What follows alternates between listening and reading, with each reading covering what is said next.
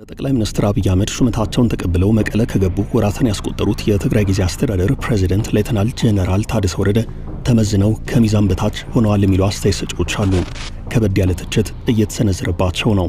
ሹመቱን ሰጥቶ የላካቸው የፌደራሉ መንግስት ያላቸውን የሥራ አፈጻጸም በተመለከተ ጠርቶ የመገምገም ሙሉ ስልጣን አለው። እስካሁን ባለው ሁናቴ ይኸው የፌደራሉ መንግስት ግምገማ በጄኔራል ታደሰ ወረደ ጊዜያዊ አስተዳደር ላይ ስለመካሄዱ የወጣ ሪፖርት የለም።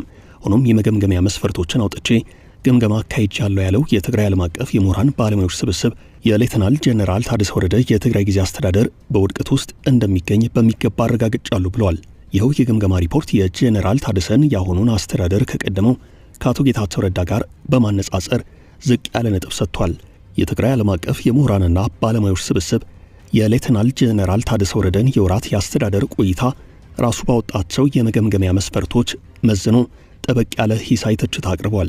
ተቋሙ በዚህ ሪፖርቱ በአቶ ጌታቸው ረዳ አመራር ወቅት ምክክር ተደርጎባቸው ትግራይ ከቀውስ ለመውጣትና የክልሉን ዘላቂ ጥቅሞች ለማስከበር የተለዩ 10 ጉዳዮች አሁን በሌተናል ጄኔራል ታደሰ ወረደ አመራር ፍጹም ተዘንግተው ክልሉን ለበለጠ አደጋና የጦርነት ስጋት ዳርገውታል ብሎ ያምናል።